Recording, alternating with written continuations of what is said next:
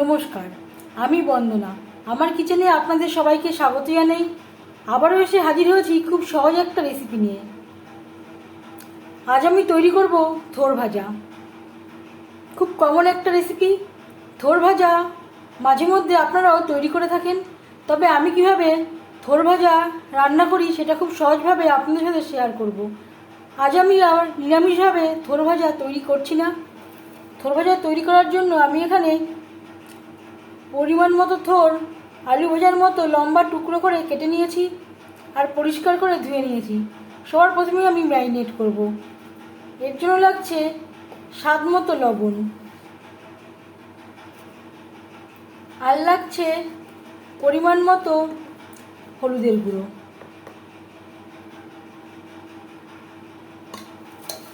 লবণ হলুদ দিয়ে থোর বেশ ভালো করে মেখে নেব। এইভাবে থোর যদি ম্যারিনেট করে রান্না করা হয়, থোর সেদ্ধ হতে সময় লাগে না।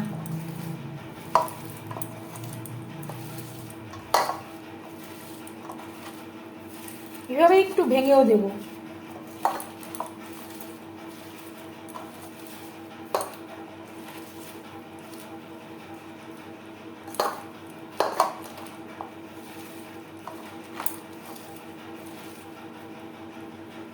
লবণ হলুদ দিয়ে থোর বেশ ভালো করে মেখে নিয়েছি।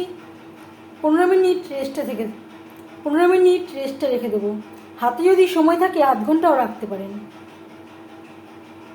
এভাবে ঢাকা দিয়ে রেস্টে রেখে দেবো। 15 মিনিট পর ফিরে আসছি। 15 মিনিটের বেশি সময় হয়ে গেছে।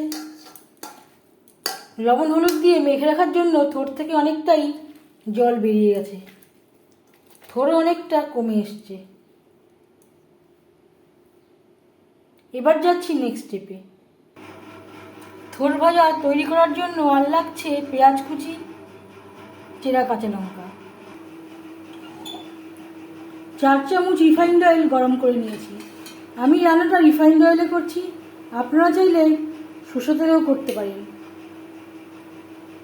এবার দিয়ে দেব পেঁয়াজ কুচি, আর দিয়ে দেব চেরা কাঁচা লঙ্কা।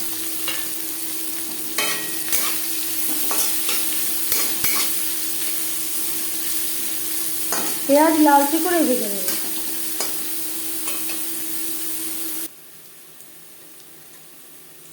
পেঁয়াজ ভাজা হয়ে এসছে। এই পর্যায়ে দিয়ে দেবো খুবই সামান্য পরিমাণে হলুদের গুঁড়ো। এতে পেঁয়াজের কালারটা ভালো হবে, এতে স্বাদের কোনো পার্থক্য হবে না।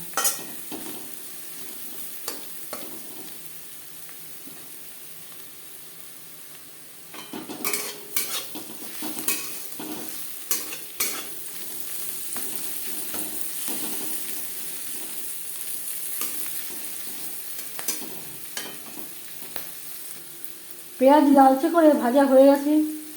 এই পর্যায়ে দিয়ে দেব ম্যারিনেট করে রাখা থোর। পেঁয়াজের সাথে থোর বেশ ভালো করে মিক্স করে দেব। প্রথম 5 মিনিট রান্না করব হাই টু মিডিয়াম ফ্লেমে। 5 মিনিটের বেশি সময় হয়ে গেছে। গ্যাসের ফ্লেমটাকে লোতে করে দেব। 4-5 মিনিটের জন্য ঢেকে দেব। 5 মিনিট লো ফ্লেমে ঢাকা দিয়ে রান্না করে নেওয়ার পর থোর বেশ ভালো করে সুসিদ্ধ হয়ে গেছে। থোরের যে জলটা, এটা আমি পুরো ড্রাই করে দেব। গ্যাসের ফ্লেমটাকে হাইতে করে দেব। হাই টু মিডিয়াম ফ্লেমে ড্রাই হওয়া পর্যন্ত নাড়াচাড়া করে নেব।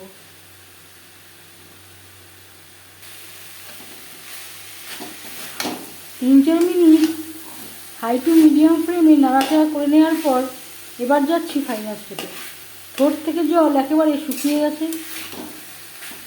থোর ড্রাই হয়ে এসছে।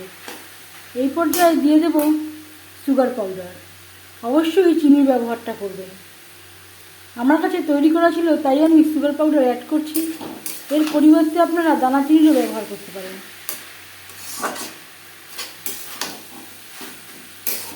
সুগার পাউডার থোরের সাথে বেশ ভালো করে মিক্স করে দেব। 1-2 মিনিট নাড়াচাড়া করে নেওয়ার পর গ্যাসের ফ্লেমটা অফ করে দেবো।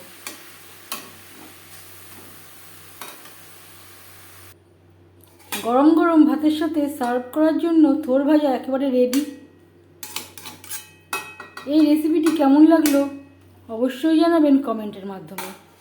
যদি এই রেসিপিটি ভালো লেগে থাকে লাইক করবেন, শেয়ার করবেন, সাবস্ক্রাইব করবেন আমার চ্যানেলটিকে, বেল আইকনটা ক্লিক করে দেবেন। যখন আমি নতুন ভিডিও আপলোড দেব তার নোটিফিকেশান সবার আগে আপনার কাছে পৌঁছে যাবে। আপনারা সবাই ভালো থাকবেন। এই ভিডিওটি দেখার জন্য ধন্যবাদ।